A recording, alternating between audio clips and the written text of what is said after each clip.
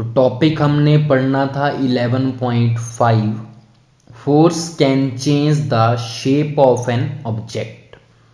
चलिए स्टार्ट करते हैं। Some situations have been given in column first of table 11.2 in which objects are not free to move. Column 2 of the table suggests the manner in which a force can be applied. Column 3 show a diagram of the action. Try to observe the effect of force in as many situations as possible. तो आपको ये जो table दिख रहा है इसमें आपको सबसे पहले तो एक सिचुएशन दे रखी है, दूसरे में उसके ऊपर फोर्स हम लगा रहे हैं और तीसरे में आपको डायग्राम भी दिखाया हुआ है कि फोर्स कैसे लगा रहे हैं। उसके बाद हमने इसका चेक करना है कि इसकी शेप चेंज होगी उस फोर्स को लगाने से या स्टेट चेंज होगी। तो यस नो लिखा हुआ है, आपको उसमें फिल करना है। तो सबसे पहले हमारा है a lump of dough on a plate.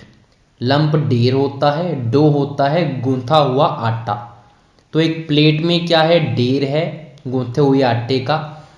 उसके ऊपर प्रेशर कैसे लग रहा है, pressing it down with your hand. उसको हम प्रेस कर रहे हैं अपने हाथों से, जैसा कि पिक्चर में दिख रहा है।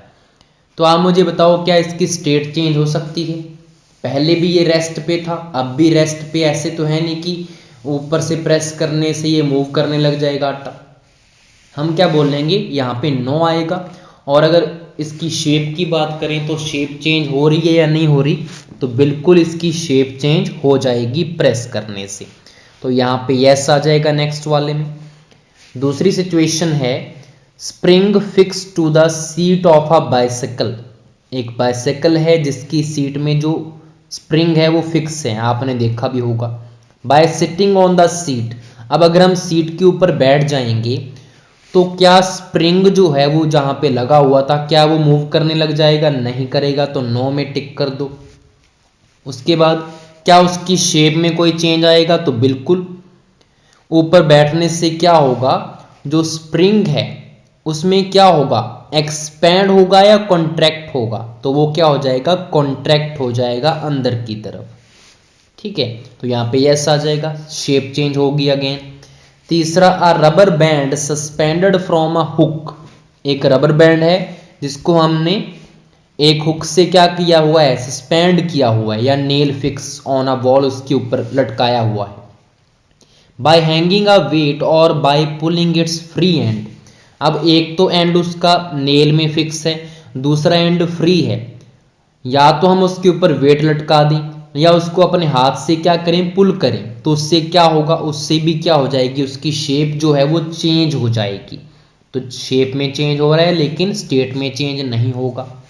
लास्ट वाला है अ प्लास्टिक और metal scale placed between two bricks. Bricks होता है ईंटें, तो हमने दो ईंटों के ऊपर क्या रख रखा है, एक प्लास्टिक का या मेटल का स्केल रखा हुआ है, रूलर जिसको बोलते हैं। अब फोर्स कैसे लग रहा है, by putting a weight at the centre of the scale. जैसे डायग्राम में दिख रहा है, हमने सेंटर में क्या रख दिया, थोड़ा सा वेट रख दिया। उससे क्या होगा, उसकी जो शेप है थोड़ी सी चेंज हो जाएगी, वो थोड़ा सा बेंड हो जाएगा, थोड़ा सा मुड़ जाएगा वो। तो मतलब अगेन शेप चेंज हो रही है लेकिन स्टेट में कोई चेंज नहीं हो रहा। तो इससे ये पता लगता है कि फोर्स से हम शेप को भी चेंज कर सकते हैं। What do you conclude from the observations noted in table 11.2? What happens when you apply a force on an inflated balloon by pressing it between your palm? अब एक एग्जाम्पल और दिया हुआ है कि आपके पास अगर एक बैलून है और अगर आप उसको अपनी हथेली से प्रेस करेंगे तो क्या होगा, तो अगेन उसकी शेप चेंज हो जाएगी। What happens to the shape of a ball of dough when it is rolled to make a चपाती? अगर हमने जो बॉल है डो की, ठीक है, जिसको पेड़ा बोलते हैं, उसको अगर हमने रोल कर दिया तो उसकी चपाती बन जाती है। तो इससे क्या होता है, तो ये भी क्या है, शेप चेंज हो रही है। What happens when you press a rubber ball placed on a table. Table के ऊपर कोई बॉल पड़ी, उसको आपने प्रेस कर दिया तब भी शेप चेंज होगा। In all these examples, you saw that the application of force on an object may change its shape. तो यहाँ से सारी पीछे जो हमने एक्टिविटी पढ़ी हैं उससे हमें फोर्स के बारे में क्या क्या बातें पता लगी। फर्स्ट है हमारा फोर्स में make an object move from rest, मतलब फोर्स से हम अगर कोई ऑब्जेक्ट रुका हुआ है तो उसको हम मूव करवा सकते हैं। दूसरा, मे change the speed of an object if it is moving, अब अगर कोई पहले से ऑब्जेक्ट चल रहा होता है, अगर हम भाग के आके उसको और क्या करें, हिट करें, तो वो और तेजी से भागता है, मतलब उसकी स्पीड बढ़ जाती है। तो स्पीड को हम घटा सकते हैं, बढ़ा सकते हैं फोर्स लगाकर। मे change the direction of motion of an object, direction को भी चेक किया था कि अगर कोई बॉल फेंकेगा बैट्समैन की तरफ तो बैट जब वो मारेगा तो उसकी डायरेक्शन को क्या कर देगा, चेंज कर देगा। हॉकी में भी देखा था हमने, ठीक है। तो उसकी डायरेक्शन भी चेंज कर सकते हैं फोर्स लगाकर। उसके बाद में bring about a change in the shape of an object, shape का तो अभी हमने टॉपिक पढ़ा है, शेप भी चेंज कर सकते हैं। मे कॉज सम और ऑल ऑफ दीज इफेक्ट, तो हम कई बार क्या होता है एक ही चीज़ में सारे इफेक्ट भी डाल सकते हैं, तो फोर्स से ये चीज़ हो सकती है। While a force may cause one or more of these effects, it is important to remember that none of these action can take place without the action of force, मतलब हम फोर्स के बिना जो ऊपर हमने पढ़ा है कोई भी चेंज नहीं कर सकते। Thus an object cannot move by itself, ना तो ऑब्जेक्ट अपने आप चल सकता है। It cannot change speed by itself, अपने आप वो स्पीड भी नहीं चेंज कर सकता। It cannot change direction by itself, अपने आप कोई बॉल डायरेक्शन नहीं चेंज कर सकती। एंड शेप को भी हम अपने आप चेंज नहीं कर सकते। हमने ये सारी चीज़ें करने के लिए फोर्स तो लगाना ही पड़ेगा। नेक्स्ट हमारा है कॉन्टैक्ट फोर्स। अब आपको फोर्स के आगे टाइप पढ़ने हैं, एक तो होता है कॉन्टैक्ट फोर्स और एक आएगा नॉन कॉन्टैक्ट फोर्स। कॉन्टैक्ट मतलब वहाँ पे कॉन्टैक्ट होगा, टच होगा। नॉन कॉन्टैक्ट मतलब वहाँ पे कोई भी कॉन्टैक्ट नहीं होगा। अब कॉन्टैक्ट फोर्स के एग्जांपल क्या क्या हैं, एक तो है मस्क्यूलर फोर्स, दूसरा है फ्रिक्शन। तो सबसे पहले रीड करते हैं मस्क्यूलर फोर्स क्या है।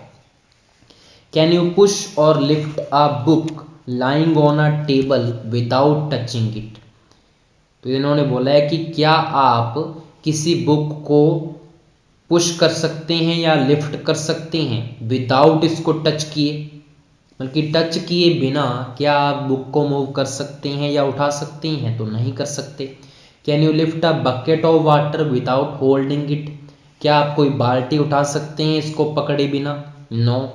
Generally to apply a force on an object your body has to be in contact with the object, तो आपको जनरली क्या होता है फोर्स लगाने के लिए आपको ऑब्जेक्ट के साथ क्या करना पड़ता है, कॉन्टैक्ट करना पड़ता है। The contact may also be with the help of a stick or a piece of rope, contact जरूरी नहीं है कि हाथ का ही कॉन्टैक्ट होना चाहिए, किसी स्टिक से भी फोर्स लगा सकते हैं, जैसे हॉकी में लगाते हैं, बैट से लगाते हैं, या कोई रोप भी हो सकती है, जैसे अगर हमने किसी काऊ वगैरह को खींचना है रस्सी बांध कर, तो वहां पर भी तो फोर्स लगा रहे हैं, कॉन्टैक्ट किससे हो रहा है, रस्सी से हो रहा है।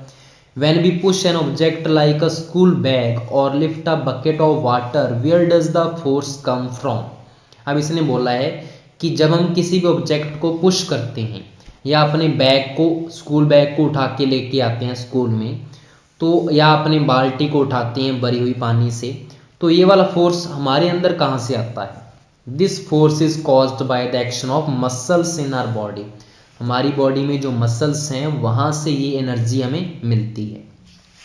The force resulting due to the action of muscles is known as the muscular force, तो यहाँ से इसका नाम क्या पड़ गया, जो मसल्स से फोर्स हम लगाते हैं उसको मस्क्यूलर फोर्स बोलते हैं। It is the muscular force that enable us to perform all activities involving movement और बेंडिंग ऑफ आवर बॉडी, ये मस्क्यूलर फोर्स ही होता है जिसकी वजह से हम अपने जो बॉडी है उसको क्या कर सकते हैं, मूवमेंट करवा सकते हैं, बेंडिंग हमारी बॉडी में जो होती है ऊपर नीचे बैठ सकते हैं, सारा कुछ मसल्स की वजह से। In class 7th you have learn that in the process of digestion the food gate push through the alimentary canal. अब आपको पता है जब हम डाइजेस्ट करते हैं किसी भी फूड को, पहले माउथ से एंट्री करता है, फिर वो आगे किस में जाता है, हमारी ईसोफेगस में जाता है, फूड पाइप में जाता है, तो वहाँ से वो एलिमेंट्री कैनाल से आगे के आगे पुश होता है। तो वहाँ पे भी क्या होता है, मसल्स क्या करती हैं, कॉन्ट्रैक्शन करती हैं, रिलैक्स करती हैं। तो मतलब मसल्स वहाँ पे क्या लगाती हैं, फोर्स लगाती हैं। Could it be muscular force that does it, बिल्कुल ये मस्कुलर फोर्स होता है। You also know that lungs expand and contract while we inhale and exhale air during breathing. जब हम सांस लेते हैं तो आपने ये भी पढ़ा हुआ है रेस्पिरेशन वाले सिस्टम में कि जो हमारे लंग्स हैं वो क्या करते हैं, वो भी हमारे क्या करते हैं, एक्सपैंड और कॉन्ट्रैक्ट करते हैं। Where are these muscles located which make breathing possible? Can you list a few more example of the force exerted by the muscles in our body? तो आप और भी examples बता सकते हैं जिसमें हम क्या करते हैं, muscles का use करते हैं। Animals also make use of muscular force to carry out their physical activities and other tasks.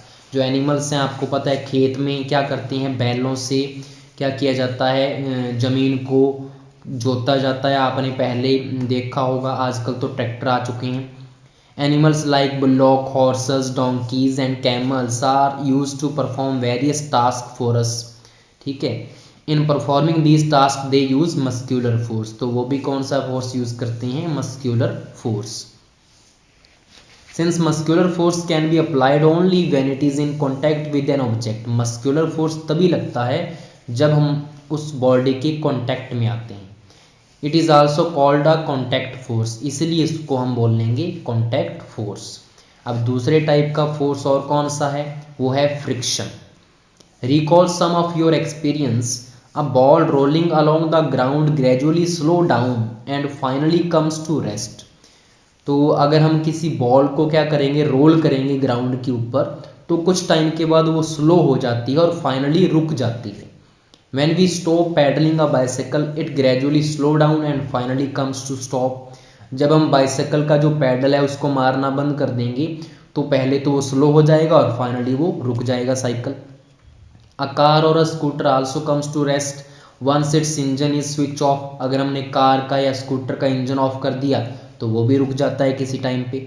Similarly, a boat comes to rest if we stop rowing it. ऐसी जो बोट है अगर हमने उसको चप्पू मारना उसका बंद कर दिया तो वो भी स्टॉप हो जाएगी। Can you add some more such experience. तो आपने ये बहुत सारे एक्सपीरियंस देखे होंगे कि कुछ टाइम के बाद ऑब्जेक्ट हमारा स्टॉप हो जाता है अगर हमने उसके ऊपर कुछ भी जो इंजन वगैरह उसका ऑफ कर दिया या कुछ भी हो गया तो अपने आप वो स्टॉप हो जाएगा। In all the situations no force appears to be acting on the object. हमें लगता है कि इसके ऊपर कोई भी फोर्स नहीं लग रहा, yet their speed gradually decreases and they come to rest after some time.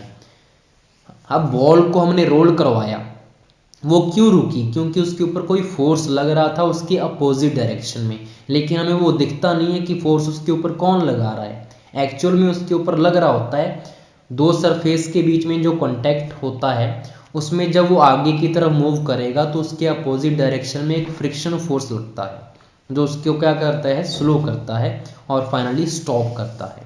Could some force be acting on them, can you guess the direction in which the force must be acting in each case. तो हम बोलेंगे उसके opposite direction में force apply होता है। The force responsible for changing the state of motion of object in all these examples is the force of friction. It is the force of friction between the surface of the ball and the ground. देखो ground एक surface हो गया और एक ball हो गया, तो दोनों के बीच में क्या लगता है, फ्रिक्शन लगता है। And bring the moving ball to rest, और चलती हुई बॉल को क्या कर देता है, वो रेस्ट पे ले आता है। Similarly friction between water and the boat bring in to a stop once you stop rowing. ऐसे ही जो बोट क्यों रुकी, जब आपने उसको स्टॉप कर दिया, क्योंकि वाटर और बोट के बीच में क्या लग रहा है, फ्रिक्शन लग रहा है। The force of friction always act on all the moving object. कोई भी अगर ऑब्जेक्ट मूव कर रहा है तो हमेशा फ्रिक्शन उसके ऊपर लगेगा एंड इसकी डायरेक्शन क्या होगी, हमेशा अपोजिट होगी उसके मोशन की। अगर वो आगे की तरफ मूव कर रहा है तो उसके पैरों के पीछे की तरफ क्या लगेगा, फ्रिक्शन लगेगा। Since the force of friction arises due to contact between surface, अब यहाँ पे भी क्या हो रहा है, दो सरफेस के बीच में कॉन्टैक्ट हो रहा है, तो फ्रिक्शन हमारा कौन सा है, कॉन्टैक्ट फोर्स है। नेक्स्ट चेक करते हैं कि बिना कॉन्टैक्ट के भी कोई फोर्स लगता है क्या। तो वो है नॉन कॉन्टैक्ट फोर्स। सबसे पहला एग्जाम्पल इसका है मैग्नेटिक फोर्स। अब आपने मैग्नेट्स तो पता ही होगा आपको, 6 क्लास में आपने मैग्नेट वाला चैप्टर भी पढ़ा था। Take a pair of bar magnet, आपने क्या करना है, पेयर ले लेना है जोड़ा बार मैग्नेट का। Place the longer side of one of the magnet over 3 round shape pencils और वुडन रोलर्स। तो आप क्या करें, 3 पेंसिल्स लेने, ठीक है, उसके ऊपर क्या रख दें, जो लंबी वाली साइड है मैग्नेट की उसको रख दें उसके ऊपर। फिर क्या करें, आप एक और मैग्नेट लेके आएँ और उसका जो है, अगर हमने उसका नॉर्थ पोल को नॉर्थ पोल के सामने लेके जाएंगे तो आपको पता है रिपल्शन होगा, रिपेल करेंगे, सिमिलर पोल्स रिपेल करते हैं, एन एन रिपेल करेगा और साउथ साउथ रिपेल करेगा। उसके बाद क्या करें, आप उसका डायरेक्शन चेंज कर दें, नॉर्थ के सामने साउथ लेके आएँ तो वो क्या करेगा, अट्रैक्ट करेगा। अब देखेंगे आप, जब उसको आप मैग्नेट को पास में लेके आए तो बिना कांटेक्ट किए जो पेंसिल्स के ऊपर जो मैग्नेट पड़ी हुई थी उसमें क्या हुआ, मूवमेंट हुई।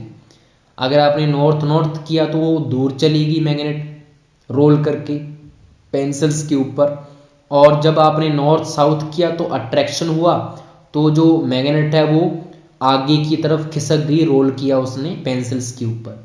तो मतलब बिना कांटेक्ट के भी कोई ना कोई फोर्स यहाँ पे लग रहा है, जिसको बोलते हैं magnetic force. Does the magnet on the rollers begins to move when the other magnet is brought near it? बिल्कुल yes आएगा। Does it always move in the direction of the approaching magnet? What do these observations suggest? Does it mean that some force must be acting between the two magnets? बिल्कुल yes। You have learned in class 6 that like pole of two magnets repel each other and unlike pole attract each other. Attraction or repulsion between objects can also be seen as another form of pull or push. तो ये भी क्या है, एक पुल और push ही तो है। अगर रिपल्शन हुआ मतलब उसने पुश कर दिया, अगर अट्रैक्शन हुआ मतलब उसमें पुल हो रहा है। Do you have to bring the magnet in contact for observing the force between them? A magnet can exert a force on another magnet without being in contact with it. एक magnet दूसरी magnet के ऊपर force लगाती है बिना contact किए, और इसी को हम बोलते हैं नॉन कांटेक्ट फोर्स। ऐसा ही हमारा दूसरा एग्जांपल है इलेक्ट्रोस्टैटिक फोर्स। अब इसमें क्या होता है, take a plastic straw and cut it into nearly 2 equal pieces. आपने क्या करना है, एक स्ट्रॉ लेनी है प्लास्टिक की, दोनों के इक्वल पीस में आपने कट कर देना है। Suspend one of the pieces from the edge of a table with the help of a piece of thread. एक जो स्ट्रॉ है उसको आप लटका दें एक टेबल में, एक थ्रेड धागे से उसको लटका दें जैसे कि आपको फिगर में दिख रहा है। उसके बाद जो दूसरी स्ट्रॉ है उसको आपने पेपर के ऊपर रब करना है और उसके पास में लेके जाना है। आपको क्या दिखेगा, वहां पे अट्रैक्शन दिखेगी, आपने उसको उसके साथ टच नहीं किया, फिर भी जो लटकती हुई जो स्ट्रॉ है वो उसके पास जाने की कोशिश करेगी, जो हम उसके पास लेके गए हैं ना रब करके, उस वाली स्ट्रॉ के पास में जाएगी।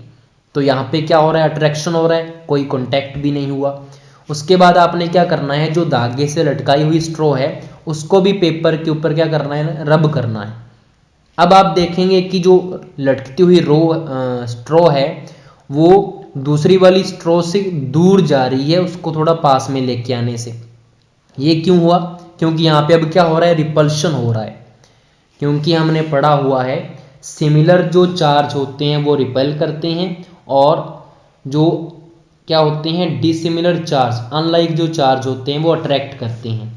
तो पहले तो क्या था, जब स्ट्रॉ की एक स्ट्रॉ को हमने रब नहीं किया दूसरी को रब किया तो दोनों के ऊपर क्या था, अपोजिट चार्ज था, तो वो अट्रैक्शन हुआ उसमें। लेकिन जब दोनों को एक ही पेपर के ऊपर हमने रब कर दिया, अब एक ही पेपर के ऊपर रब करेंगे तो दोनों पे सेम चार्ज आ जाएगा रब करने से। अब सेम चार्ज क्या करते हैं, रिपेल करते हैं, ठीक है, तो यहाँ पे रिपल्शन हुआ। लेकिन हमारा टॉपिक क्या है कि इसमें कांटेक्ट हुआ या नहीं हुआ, तो कांटेक्ट नहीं हुआ, हम सिर्फ उसको पास में लेके गए। तो ये चीज़ आपने अपने स्कूल में भी किया होगा, आपने एक स्केल को रब किया होगा अपने सिर के ऊपर, थोड़ा सा तेल लग गया होगा बालों में से रब करने से, ठीक है। फिर आपने छोटे छोटे पीसेस किए होंगे पेपर के टुकड़े, उसको उसमें पास में लेके गए होगे तो पेपर के टुकड़े क्या होती हैं, स्केल के साथ चिपक जाती हैं। तो ये क्या होता है, इलेक्ट्रोस्टैटिक फोर्स ही होता है। हम उसके साथ कांटेक्ट नहीं करते लेकिन वो अपने आप क्या करते हैं, अट्रैक्शन फील करते हैं। तो ये भी किसका एग्जाम्पल है फिर, नॉन कॉन्टैक्ट फोर्स का। नेक्स्ट हमारा लास्ट फोर्स है ग्रेविटेशनल फोर्स। ये तो हम छोटे जब थे तब से पढ़ते आ रहे हैं, ग्रेविटी हमारे ऊपर लग रही है, ठीक है। तो ये भी क्या है, कॉन्टैक्ट थोड़ी है कोई इसमें, ग्रेविटी अपने आप क्या करती है, वो अट्रैक्ट करती है। You know that a coin or a pen falls to the ground, कोई भी कॉइन अपने हाथ से या पेन अपने हाथ से जब छूट जाता है तो हमेशा वो नीचे ही गिरता है। अब कोई कॉन्टैक्ट तो था नहीं ग्राउंड के साथ, लेकिन नीचे ही क्यों आया, अट्रैक्शन की वजह से। Leaves and fruits also fall to the ground when they get detach from the plant, plant से जब वो टूटते हैं तो नीचे ही गिरते हैं, पत्तियां मान लो, फल मान लो, fruit. Have you ever wondered why it is so, ऐसा क्यों होता है। When the coin is held in your hand it is at rest, वो रेस्ट पे है। As soon as it is release it begin in move downward, तो वो नीचे की तरफ मूव करता है। It is clear that the state of motion of the coin undergo a change, तो उसकी स्टेट में चेंज हो गया। पहले वो स्टेट किस में था, रेस्ट वाली में था, अब वो मोशन करने लग गया। Can this happen without a force acting on it, क्या ये हो सकता है कि स्टेट चेंज हो जाए विदाउट फोर्स लगाए। ऐसा तो हमने पढ़ ही लिया कि बिना फोर्स के कोई कुछ भी चीज नहीं होती, तो मतलब यहाँ पे भी कुछ ना कुछ फोर्स तो लग रहा है। विच इज दिस फोर्स, कौन सा फोर्स है ये। ऑब्जेक्ट्स और things fall towards the earth because it pools them, हमेशा वो अर्थ की तरफ क्यों जाते हैं, क्योंकि अर्थ उनको क्या करती है, खींच रही होती है। और इस फोर्स को क्या बोलते हैं, फोर्स ऑफ ग्रेविटी, और जस्ट हम ग्रेविटी भी बोल सकते हैं। This is an attractive force, ये भी क्या है, अट्रैक्शन वाला फोर्स है। The force of gravity act on all object, सभी ऑब्जेक्ट के ऊपर लगता है। The force of gravity act on all of us all the time without our being aware of it, हमें पता भी नहीं होता लेकिन ये फोर्स हमारे ऊपर लगता रहता है। Water begin to flow towards the ground as soon as we open a tap, जब हम टैप को ओपन करते हैं तो वाटर भी नीचे की तरफ ही फ्लो करता है, ऊपर नहीं जाता। Water in rivers flow downward due to the force of gravity, rivers में जो वाटर है वो डाउनवर्ड ही जाता है क्योंकि ग्रेविटी लग रही है। Gravity is not a property of earth alone, अकेली अर्थ की प्रॉपर्टी नहीं है कि अर्थ ही ग्रेविटी लगाती है। इनफैक्ट एवरी ऑब्जेक्ट जो है यूनिवर्स में हमारे एक दूसरे के ऊपर इफेक्ट लगाती हैं, चाहे वो स्मॉल है चाहे लार्ज है। और इस फोर्स को क्या बोला जाता है, ग्रेविटेशनल फोर्स। नेक्स्ट टॉपिक हम नेक्स्ट वीडियो में लेके आएंगे। Thank you.